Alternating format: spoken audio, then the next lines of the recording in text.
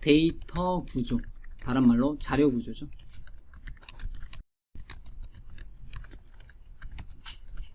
자, 데이터 스트럭처. 자, 데이터 구조, 자료 구조에 대해서 한번 단어 정리를 한번 해볼게요. 데이터 구조. 자, 우리가 알아야 되는 게 제일 쉬운 거, 몇 번이고 나왔던 단어, 변수, 배열, 구조체. 얘네들이 핵심 단어고요. 변수, 배열, 구조체. 추가적으로 여러분들이 알아야 되는 단어가 있습니다. 그 첫 번째가 스택. 스택이란 단어. 두 번째가 힙이란 단어. 세 번째가 링크드 리스트, 연결 리스트, 연결 리스트라는 거. 링크드 리스트라는 단어. 그 다음에 스택, 힙, 리스트, 그 다음에 트리라는 단어. 그 다음에 그래프라는 단어. 또는 해시 테이블이라는 단어. 자, 이러한 단어들을 여러분들이 학습을 하셔야 되고, 요 단어가 의미하는 걸 아셔야 돼요. 근데 변수, 배열, 구조체는 여러분들이 프로그래밍 언어를 학습하고 나면 알아요. 그래서 한번 단어 공부 한번 해보죠. 데이터 구조. 여러분들이 알아야 되는 코드로 아는 게 아니라 얘네들의 의미, 이 단어의 의미. 스택, q,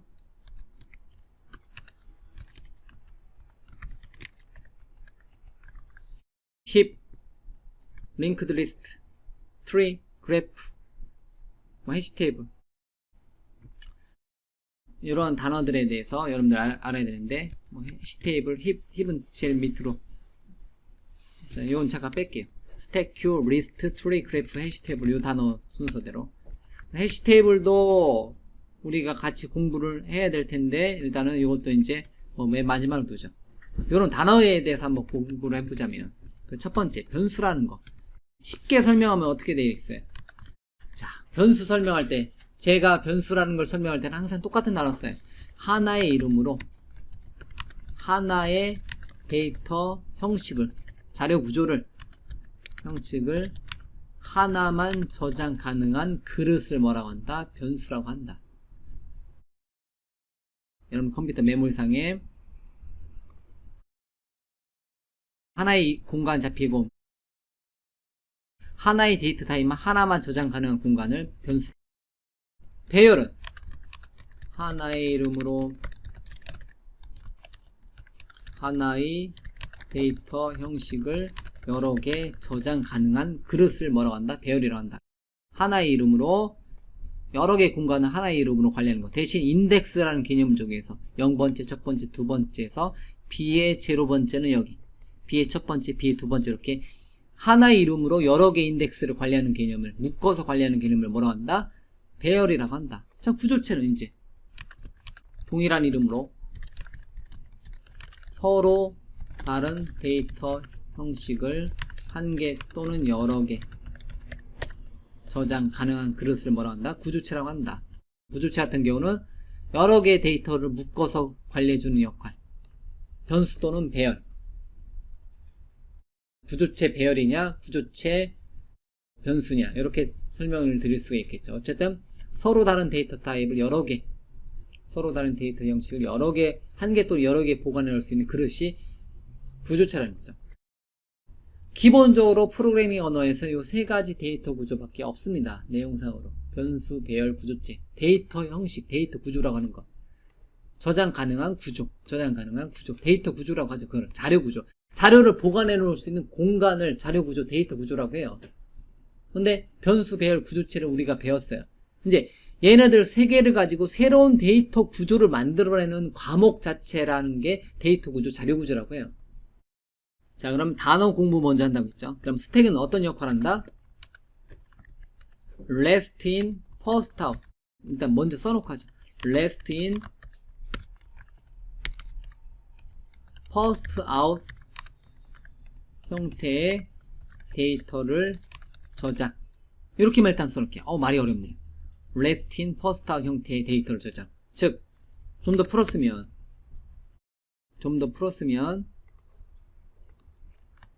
자, 나중에 입력된 데이터가 먼저 출력된다. 스택 관련해서는 몇 개 단어를 알아야 되냐면, push라는 기능과 pop이란 단어, overflow, underflow. 이런 단어를 알아야 돼. push, pop, overflow, underflow. 자, 그러면 스택이라는 거는 어쨌든요, 변수 배열 구조체를 사용해서 또는 포인터를 사용해서 스택을 구현할 수 있어요. 스택이란 구조는 어떤 식으로? 스택은요, 단어가 중요하다고 했어요. 변수는 하나의 이름으로 하나의 데이터 타입. 예를 들면, 잠깐만요. 이걸 밑으로 내린 거겠다. 변수는 하나의 공간 만들어 놓고, 공간 하나 만들어 놓고, 예를 들면 테두리 잡고 하나의 공간 잡고 10이면 10 이렇게 데이터 하나만 저장 가능한 공간을 변수라고 하고, 배열은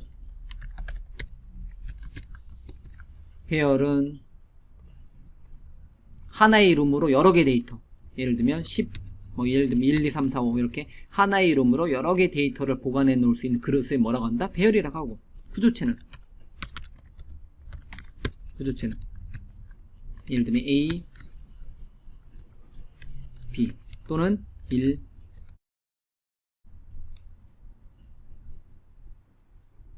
이렇게.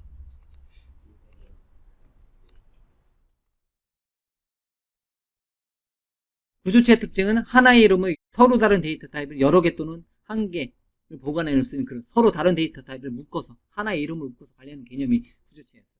스택은 변수 배열 구조체를 사용해서 스택을 구현할 수 있습니다. 근데 의미를 둔다는 거죠. last in, first out. 어떤 의미를 두냐면 이런 형태. 스택은 그림으로 그릴 때 일반적으로 이렇게 그려요. 접시 모양처럼 이렇게 그려요. 밑에다 그리죠.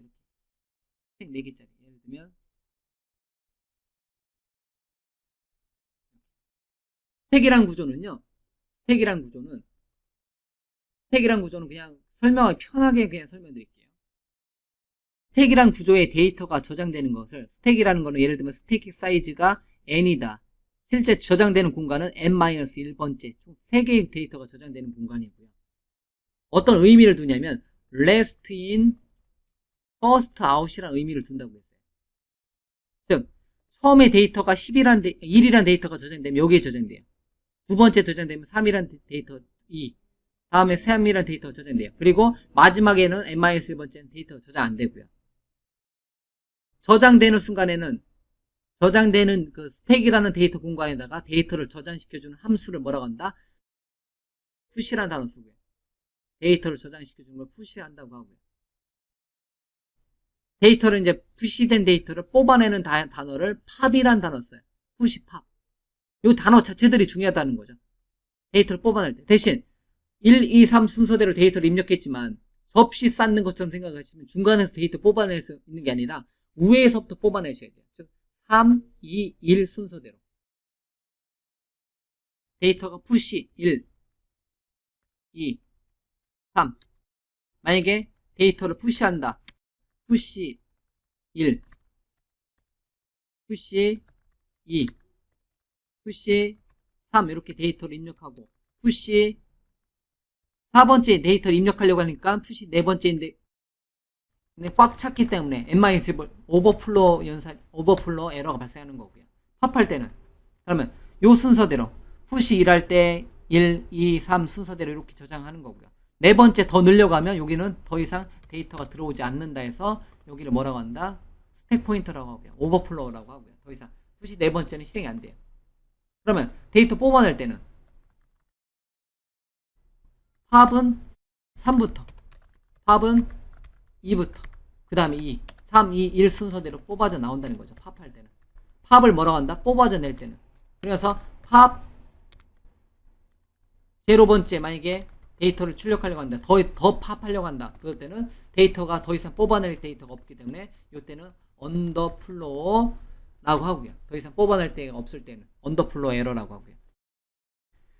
스택이란 구조는 이런 형태, last in, first out 형태를 따지는 거. 즉 처음에 데이터 들어갈 때는 푸시 1, 2, 3, 푸시한다라는 단어 쓰고요. 푸시 1, 푸시 2, 푸시 3 하면 이렇게 돼 있고, 푸시 네 번째 하려고 하니까 더 이상 들어갈 수 없어요. 총 3개 데이터만 저장할 수 있는 공간. 이게 더 늘리면 되는 거고요. 참고적으로. 뽑아낼 때는 팝한다고 하고요. 팝은 3, 2, 1 순서대로 이렇게 접시 모양으로 그림을 그리시면 돼요. 실제 메모리 공간에는 배열처럼 동일하게 돼 있지만 우리가 의미를 두는 거니까. 그리고 나서 스택이 이제 밑에 부분에 여기 부분을 언더플로우라고 하는 거고, 더 이상 이제 채워 넣을 수 없는 공간을 언더플로우라고 하는 거고, 스택이 꽉 찼을 때를 우리가 오버플로우라는 단어 써요. 요 몇 개 단어? 자, 스택이라는 단어 자체는 접시 모양 형태로 last in, first out 형태의 데이터를 저장할 수 있고, last in, first out이 뭐다? 마지막에 들어간 게 먼저 뽑아져 나온다. 3, 2, 1 순서대로. 이런 거는 많이 쓰는 게 웹브라우저 같은 거 많이 쓰죠. 이런 스택 구조로 데이터 저장하는 건 웹브라우저 같은 거, 웹브라우저의 뒤로 가기, 앞으로 가기. 예를 들면 이런 거는 나중에 실제 프로그램에서 적용할 때 웹브라우저의 뒤로 가기, 앞으로 가기가 이런 스택 구조를 사용하면 아주 좋죠. 즉 방금 전에 봤던 사이트를 뒤로 가기 봤을 때 방금 전에 봤던 사이트, 더 이상 방금 전에 봤던 사이트 없으면 뒤로 가기가 비활성화 되는 거고, 방금 전에 봤던 사이트가 있으면 앞으로 가기가 되는 거고, 봤던 사이트가 없으면 앞으로 가기 버튼가 비활성화 되는 거. 이게 웹브라우저의 뒤로 가기, 앞으로 가기 기능이 스택 데이터 구조에 넣었다 뺐다 하는 거죠. 자, 그 다음에 어쨌든 스택에서는 스택에 데이터 넣는 거를 푸시한다라고 하고, 스택에서 데이터 뽑아내는 거를 팝한다고 하고요. 자, 그 다음에 어쨌든 스택은 그런 기능이고, 자, Q라는 단어는 Q는 그림 그릴 때 이제 원통형으로 그리는 거죠. 주로 많이 그리는 방법이 원통형이 아니라 이렇게 평면적으로 그리고, 대신 Q는 이렇게 이런 식으로 그림을 그리죠. 여기 예를 들면 여기 in Q 안에 데이터 입력하는 방법, Q에서 데이터 뽑아내는 것, 대Q. in Q는 데이터, Q라는 공간에 데이터를 입력하는 단어가 in Q, 뽑아내는 단어가 대Q라는 거죠. 이것도 이제 또 역시 말이 좀 어려워지는데, Q라는 단어는 first in, first out. 여기다 먼저 써놓을까요? Q라는 단어는 변수 배열 구조체를 사용해서 first in, first out 형태, 먼저 들어온 게 first in, first out 형태의 데이터를 저장하는 거. 스택은 rest in, first out이라고 했고, 스택은 이런 식으로 했고, 그 다음에 스택이 적용될 만한 거는 웹브라우저의 뒤로 가기, 앞으로 가기. 이게 스택에 넣어놓고 프로그램 작성하면 편하다는 거죠. Q는 first in, first out 형태, first in, first out 형태고, 얘는 이메일 전송을 생각할까요? 전송. 먼저 이메일 전송 또는 프린터. 먼저 보낸 거 먼저 처리하는 거죠. 이메일도 먼저 보낸 메일을 먼저 발송. 이런 의미죠. 은행권 프로그램 작성할 때 먼저 순번 처리할 때 등등등, 그때 쓰는 데이터 구조가 Q라는 거죠. 그리고 나서 이제 first in, first out. Q 하면 떠오르는 단어가, 여러분들이 스택 하면 떠오르는 단어가 푸시, 팝, 오버플로우, 언더플로우라면 Q 하면 떠오르는 게 in Q, 대Q. 이 두 가지 단어. in Q는 스택에다 데이터 입력해 주는 거고요. 처음에 데이터를 입력하면 1, 2, 3 순서대로 데이터가 입력되고요. 뽑아 나올 때는 역시 대Q 할 때 뽑아 나올 때는 1, 2, 3. 즉 먼저 입력된 게 먼저 빠져나와요. 뒤에서 미는 형태. Q 대기행렬을 따지면 돼요. first in, first out. 대기행렬. 기다리고 앞에서 먼저 들어간 게 먼저 빠져나오는 거. 그때 쓰는 단어가 뭐다? Q라는 데이터 구조라는 거죠. 자, 다음에 리스트란 단어. 배열에서 확장돼서, 배열은 반드시 순서대로 데이터가 저장돼야 되는데, 리스트란 단어는 예를 들면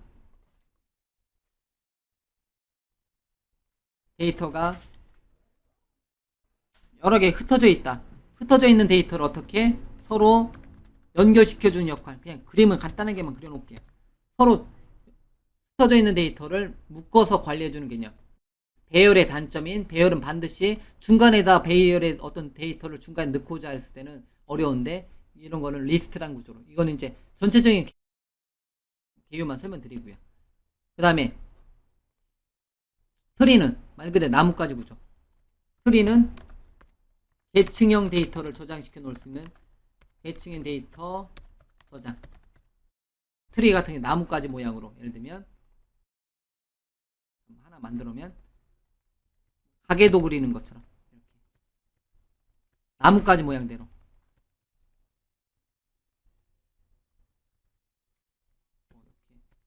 이렇게 뽑아내는 거.